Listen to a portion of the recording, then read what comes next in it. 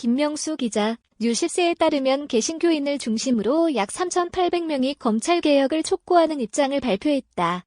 이들은 윤석열 검찰총장이 개혁을 방해한다며 해임해야 한다고 주장했다. 검찰개혁을 열망하는 그리스도인들은 8일 오전 서울 서초구 대검찰청 앞에서 기자회견을 열고 검찰을 개혁해야 한다. 윤석열 총장은 해임해야 한다고 주장했다. 이 단체는 적폐 중에 최고봉은 단연 검찰 조직이라며 대한민국 검찰은 수사권과 기소권을 독점하는 전 세계에서 그 유래를 찾아볼 수 없는 막강한 권력기관이라고 했다. 이어 자신들의 특권 지키기에 급급하며 없는 죄도 만들어서 억울한 사람을 양산한 반면 부패한 권력의 범죄에는 눈 감아 주는 충견의 역할을 해왔다는 것을 모두가 잘 알고 있다고 말했다.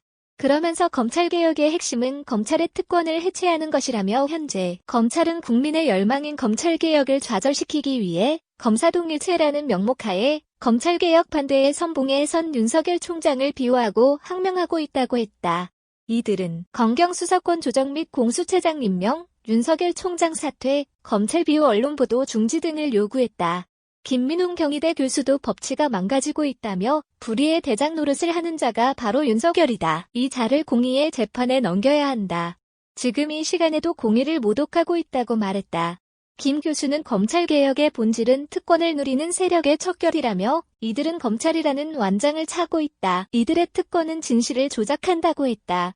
사단법인 하나누리 대표 방인성 목사는 권력의 종 노릇을 했던 만행이 검사들에 의해 자행됐지만 그들은 처벌도 사과도 없었다며 요즘 보여주는 검찰 집단의 모습은 그동안 무소불위의 권력을 휘둘렸던 적폐 중의 적폐라고 주장했다. 토지자유연구소 남기엽 소장도 지금 검찰의 행태는 국민주권과 헌법 정신을 정면으로 부정하는 것이며 그 최전방에 윤석열 검찰총장이 있다고 할 것이라며 윤 총장은 유일한 주권자인 국민 앞에 사죄하고 즉각 사퇴해야 한다고 했다. 예수살기 공동대표 조원정 목사는 검찰은 행정, 입법, 사법부보다 위에 있다며 검찰은 먼지를 커다란 범죄로 만든다. 마치 논두렁 시기처럼 그렇다. 판사 신상을 조사해 불법 사찰로 판결에까지 영향을 미쳤다고 주장했다.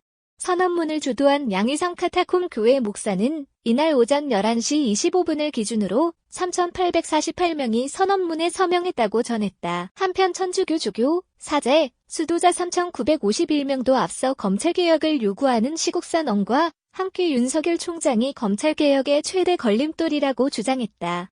시국선언문에 서명한 조교, 사제, 수도자들은 남의 허물에 대해서는 티끌 같은 일도 사납게 따지면서 자신에게는 한없이 관대해지는 검찰총장의 이중적 태도는 검찰의 고질적 악습을 고스란히 보여준다고 했다. 천주교, 개신교, 원불교, 불교로 구성된 검찰개혁을 촉구하는 종교계 백인도 지난 1일 시국선언문에서 법무부의 검찰개혁 조처를 지지한다고 밝힌 바 있다. 이하 개신교인 선언문 전문 검찰개혁을 열망하는 그리스도인들의 선언 검찰개혁은 반드시 성공해야 합니다.